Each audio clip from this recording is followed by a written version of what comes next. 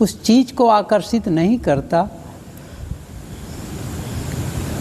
जिसे वह चाहता है, वह तो उस चीज़ को आकर्षित करता है जैसा वह अंदर से सचमुच होता है।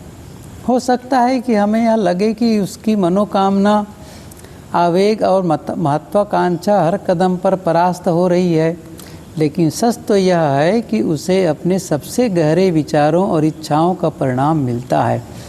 कोई कह सकता है वो आदमी बहुत आकांक्षा कर रहा है अमुक के लिए, वो बहुत कामना कर रहा है, फिर भी वो उसका पूरा नहीं हो रहा है, ऐसा क्यों हो रहा है, ऐसा कोई कह सकता है। लेकिन इनका कहना है, जेम्स एलन का, कि वह सच क्या है, सबसे गहरे विचारों और इच्छाओं के परिणाम मिल रहा है उसको, चाहे वे अच्छे हों या बुरे। हमारी किस्मत या बदकिस्मत की बागडोर हमारे ही हाथ में होती है, यह हमारे विचारों से तय होती है। इंसान अपने पैरों में बेड़ियां खुद डालता है। विचार और कर्म तकदीर के जेलर हैं। कितनी अच्छी बात कह रहे हैं।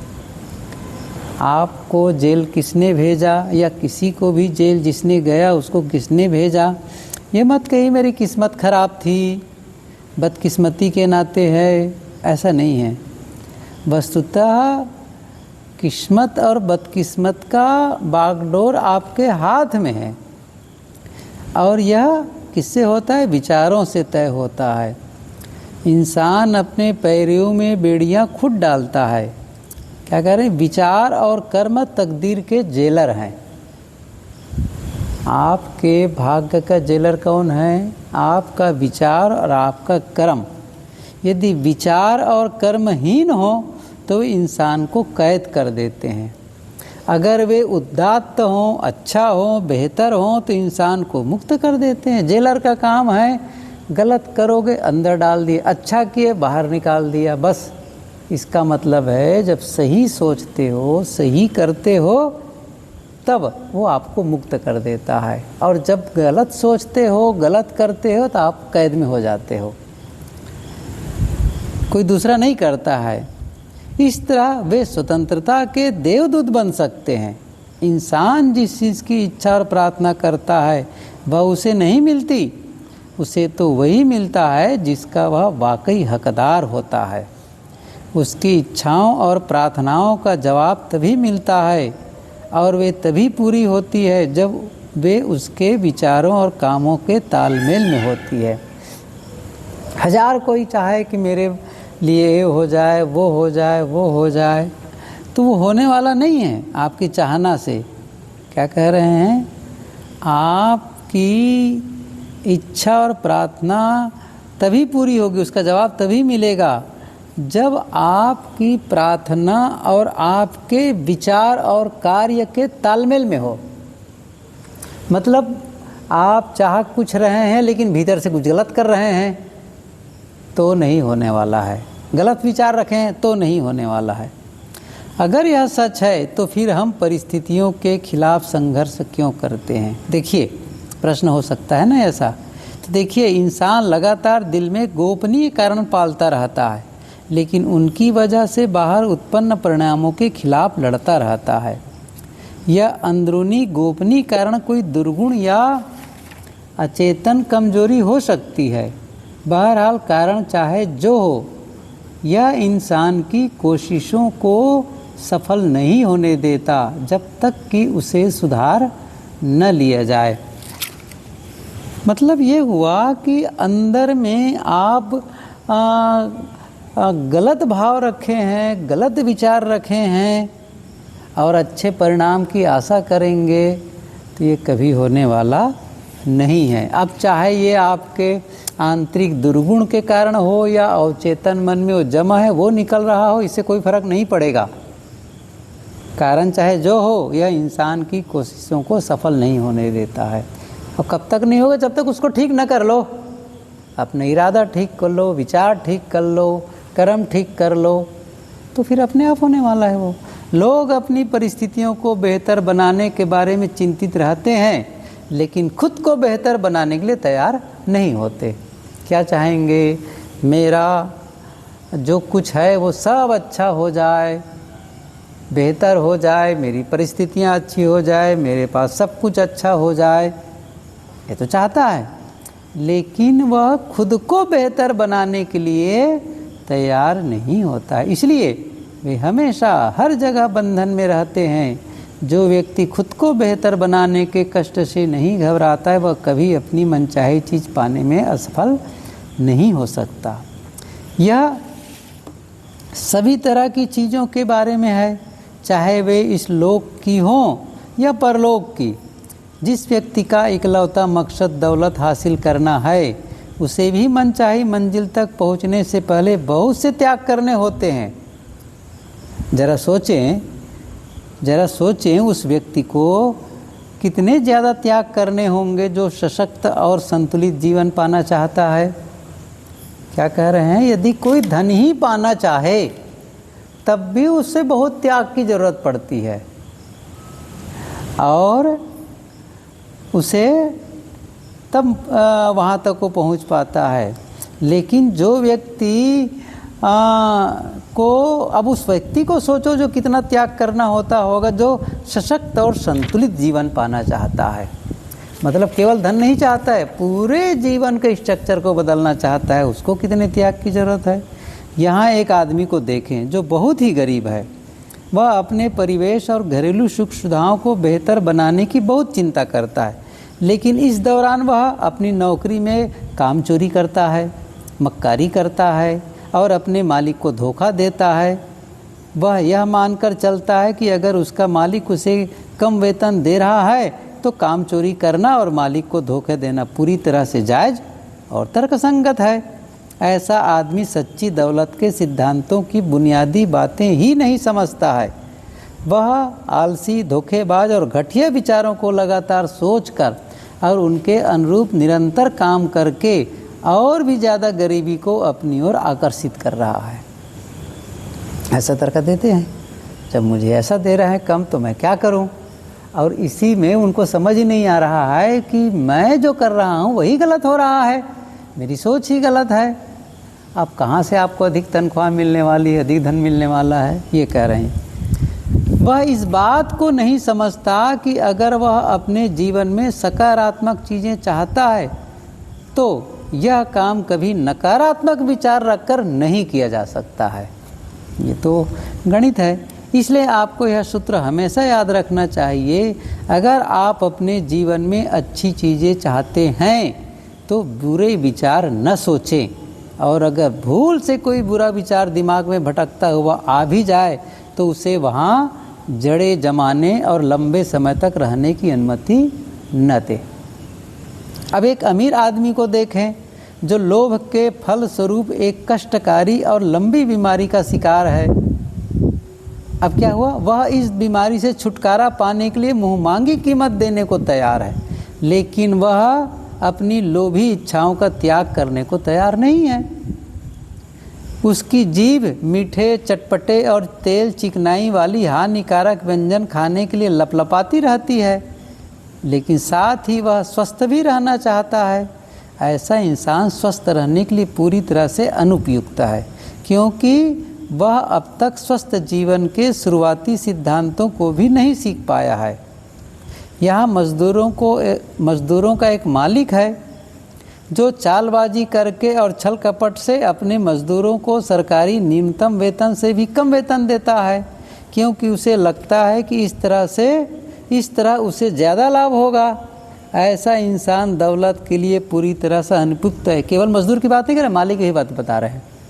अब जो उनका वेतनमान मजदूरों को देने का है वह भी कम देता है, और क्या समझते इससे मेरा धन बढ़ जाएगा, लेकिन उससे भी नहीं होने वाला है उसका काम। जब वह दिवालिया होता है, प्रतिष्ठा में भी और दौलत में भी, तो वह परिस्थितियों को दोष देता है। वह इस बात को नहीं जानता कि वह खुद ही अपनी परिस्थितियों का एकमात्र लेखक है, और अगर उसके जीवन की कहानी दुखांत है तो इसे दुखांत उसी ने बनाया है। फिर क्यों मजदूरों को गलत आप धोखा दे रहे थे, छल कपट कर रहे थे? आप ही तो हैं दिवालिया होने का कारण, खुद है। मैंने यहाँ जो 3 प्रकरण बताए हैं वे इस तथ्य के उदाहरण हैं कि मनुष्य ही अपनी परिस्थितियों का निर्माता है। हालांकि लगभग हमेशा वह इस काम को अचेतन रूप से करता है। मतलब ऐसा है कि वो सोच समझ एकदम से सोच के नहीं कर रहा है, लेकिन अवचेतन मन में वो है, वही हो रहा है उससे।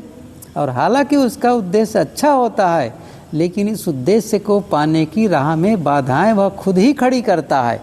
वह ऐसे विचारों और इच्छाओं को प्रोत्साहित करता है जो उसके लक्ष्य या उद्देश्य के तालमेल में नहीं होती। मतलब उनके अंदर जो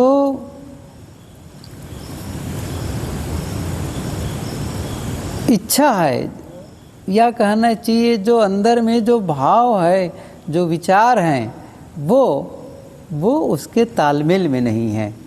वो क्या करता है, सोचता है गलत अलग ढंग से और चाहता कुछ और है। इसलिए कहते हैं वह उस लक्ष्य को हासिल नहीं कर पाता है।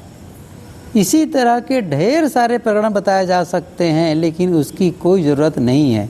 अगर पाठक चाहें तो विचार के नियमों के परिणाम अपने खुद के मस्तिष्क और जीवन में देख सकता है। बहरहाल परिस्थितियाँ इतनी जटिल होती हैं, विचार की जड़ें इतनी गहरी होती हैं और लोगों की खुशी की परिभाषा इतनी अलग अलग होती है कि किसी मनुष्य की समूची आत्मिक, मानसिक व शारीरिक परिस्थितियों हालांकि हो सकता है कि यह बात उसे खुद को पता हो, का मूल्यांकन कोई दूसरा केवल उसके जीवन के बाहरी पहलू को देखकर नहीं कर सकता। कहना है कि इतना जटिल है कि दूसरे को बाहर से देख करके उनके बारे में पूरा मूल्यांकन नहीं कर सकते, क्योंकि अंदर में पता नहीं हो क्या छिपा के रखा है। और बाहर से तो लग रहा है बड़ा अच्छा है कहा करके, लेकिन अंदर क्या उनके विचार चल रहे हैं। इसलिए इस पर दूसरों को देखकर नहीं कहा जा सकता, खुद ही बता सकता है असली चीज़ को। कोई मनुष्य कुछ क्षेत्रों में ईमानदार हो सकता है, लेकिन इसके बावजूद उसका जीवन कष्टकारी हो सकता है। कोई मनुष्य कुछ क्षेत्र में बेईमान हो सकता है, लेकिन इसके बावजूद वह दौलतमंद हो सकता है। लेकिन यह मूल्यांकन पूरी तरह से सतही है कि एक मनुष्य अपनी ईमानदारी के कारण असफल हुआ और दूसरा आदमी अपनी बेईमानी के कारण अमीर बना। यह मूल्यांकन इसलिए सतही है क्योंकि इसमें यह मान लिया जाता है कि बेईमान आदमी पूरी तरह भ्रष्ट है और ईमानदार आदमी पूरी तरह से सद्गुणी है। ज़्यादा गहरे ज्ञान और ज़्यादा व्यापक अनुभव की रोशनी में ऐसा मूल्यांकन करना ही गलत है। हो सकता है कि बेईमान व्यक्ति में कुछ प्रशंसनीय गुण हों जो ईमानदार व्यक्ति में न हो। बेईमानी तो कर रहा है, लेकिन हो सकता है ऐसे भी गुण हो उसके अंदर में जो बेईमान में न हो या ईमानदार में न हो। और ईमानदार व्यक्ति में कुछ दुर्गुण हो जो बेईमान व्यक्ति में न हो। ईमानदार व्यक्ति अपने ईमानदारी भरे विचारों और कामों के अच्छे परिणामों की फसल काटता है, साथ ही वह अपने दुर्गुणों की वजह से उत्पन्न हुए कष्ट भी भोगता है। इसी तरह बेईमान व्यक्ति भी अपनी खुद की खुशी और कष्ट उत्पन्न करता है।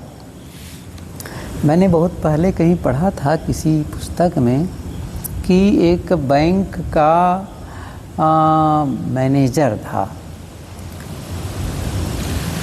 लेकिन उसका जो पारिवारिक स्थिति थी वो बहुत ही बदतर थी। तो और बैंक में तो बढ़िया था वो, लेकिन उसकी पारिवारिक स्थिति अच्छी नहीं थी।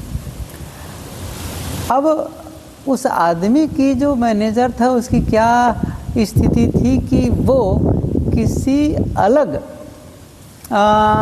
स्त्री से उनका संपर्क था।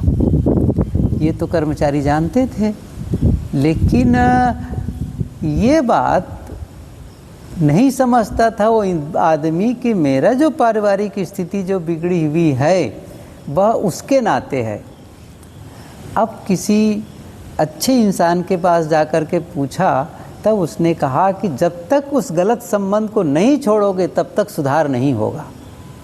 अब बाहर से तो अच्छा लगता था, लेकिन वो ऐसा दुर्गुण उसके अंदर था जो पूरे उसके परिस्थिति को बिगाड़ रहा था।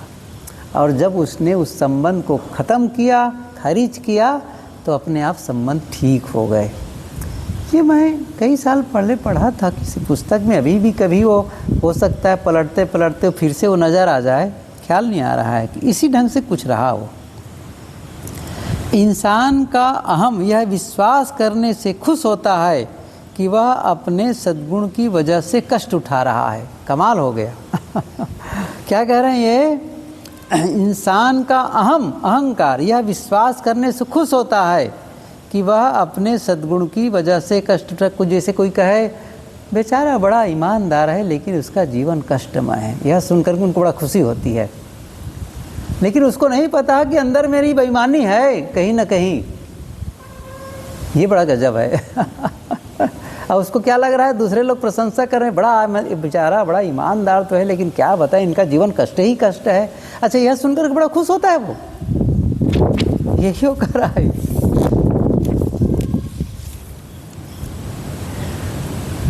बहरहाल जब तक मनुष्य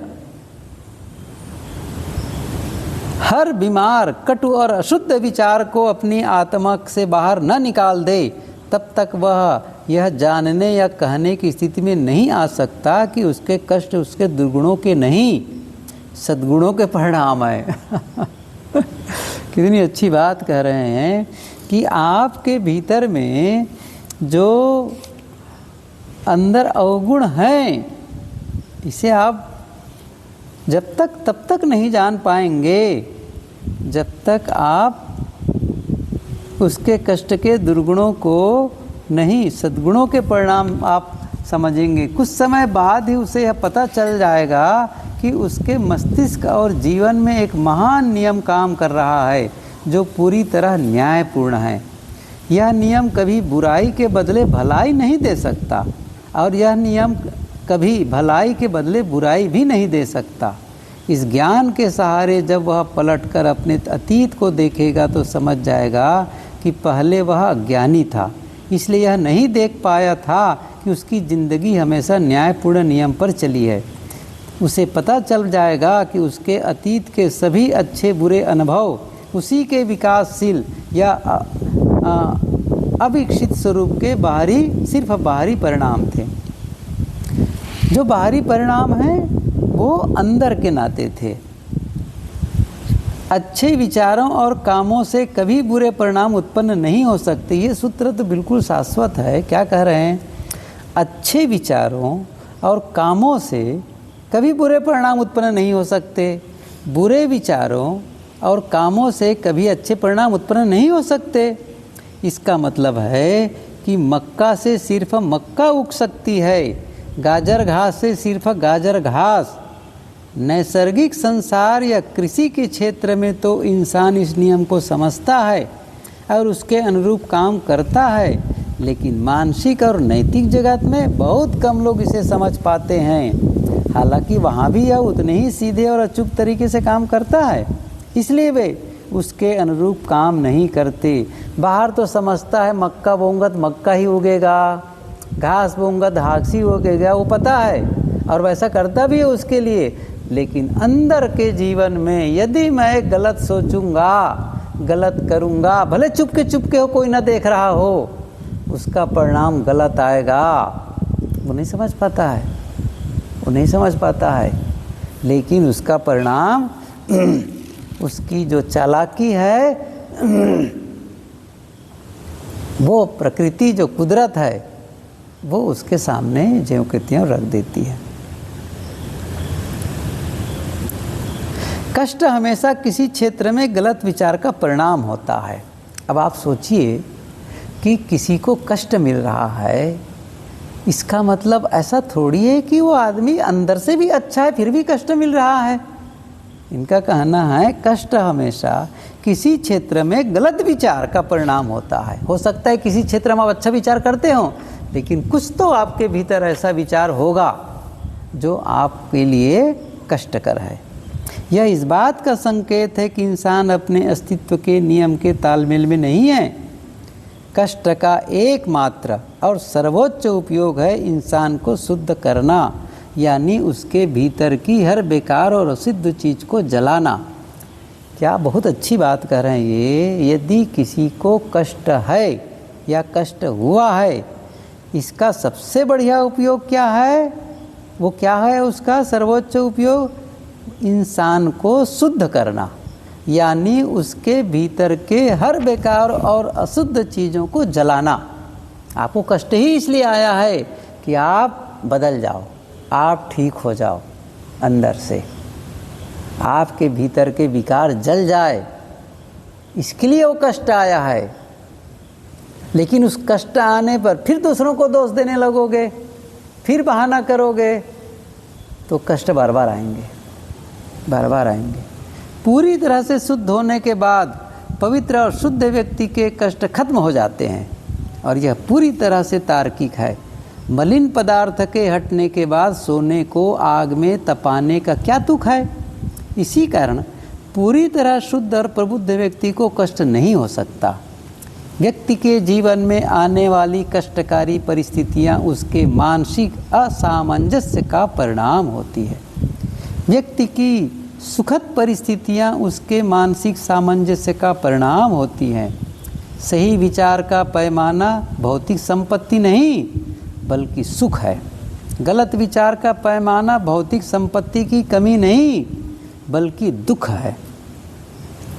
मतलब ये कह रहे हैं, किसी की संपत्ति को देख करके, किसी के पास कम और किसी के ज़्यादा के देख करके मत आकलन कर लेना, बल्कि उसके जीवन के सुख दुख को देख करके करना। कोई व्यक्ति दुखी लेकिन अमीर हो सकता है, इसी तरह वह सुखी लेकिन गरीब हो सकता है।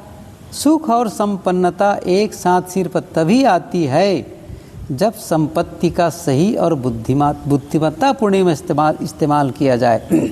गरीब आदमी दुख के दलदल में धंसता जाता है जब वह बदकिस्मती को अपनी परिस्थितियों का कारण मान लेता है। क्या कह रहा है? गरीब आदमी दुख के दलदल में धंसता जाता है। क्यों? क्योंकि बदकिस्मती को वह अपनी परिस्थितियों का कारण मान रहा है। क्योंकि परिस्थितियां ऐसी थी तब मैं ऐसा किया या मेरे साथ ऐसा हुआ। देखिए, अगर आपकी परिस्थितियां सही नहीं हैं तो किस्मत को दोष न दें बल्कि खुद को दोष दें। आप ईश्वर की संतान हैं और ईश्वर कभी नहीं चाहेगा कि आप दुख भरा जीवन जिएं। ईश्वर ने आपके जीवन में ढेर सारे कष्ट नहीं लिखे हैं जिन्हें आप उठा रहे हैं। ये सारे कष्ट तो आप अपने विचारों के कारण उठा रहे हैं। इसलिए बेहतर यही होगा कि आप किस्मत को दोष देना छोड़ दें और अपने विचारों को बदलने पर ध्यान केंद्रित करें। नकारात्मक सोच या नकारात्मक दृष्टिकोण को बदल दें, उसकी जगह पर सकारात्मक सोच या सकारात्मक दृष्टिकोण को रख दें और फिर आप अपनी आँखों से अपनी तकदीर को बदलते देखेंगे। और तब आप इस सत्य को जान जाएंगे कि विधाता किसी की तकदीर उसके ललाट पर नहीं लिखता है बल्कि मनुष्य खुद अपने विचारों से अपनी तकदीर लिखता है। अति गरीबी और अति भोग दुख के दो छोर हैं। ये दोनों ही अस्वाभाविक हैं। मतलब एक तरफ बहुत गरीबी और दूसरा तरफ अति भोगी है। ये दोनों ही दुख के दो छोर हैं, अस्वाभाविक है और मानसिक विकृति का परिणाम है। अगर इंसान खुश, स्वस्थ और समृद्ध नहीं है तो इसका मतलब है कि उसके आंतरिक विचारों में गड़बड़ है या तालमेल का अभाव है। खुशी, स्वास्थ्य और समृद्धि मनुष्य के आंतरिक विचारों और बाहरी माहौल के सुखद तालमेल का नतीजा है। इंसान तभी इंसान बनना शुरू करता है जब वह शिकायत और निंदा करना छोड़ देता है। देखो, बहुत सी बातें समझ में नहीं आती होंगी, लेकिन कुछ ऐसी बातें बहुत सटीक कहते हैं। क्या कह रहे हैं? इंसान तभी इंसान बनना शुरू करता है जब वह शिकायत और निंदा करना छोड़ देता है, जब वह उस न्यायपूर्ण नियम की खोज शुरू करता है जो उसके जीवन को संचालित करता है। मतलब जब तक आप निंदा करते रहेंगे, शिकायत करते रहेंगे, तब तक अभी आप इंसान नहीं बन पाए हैं। ये कह रहे हैं।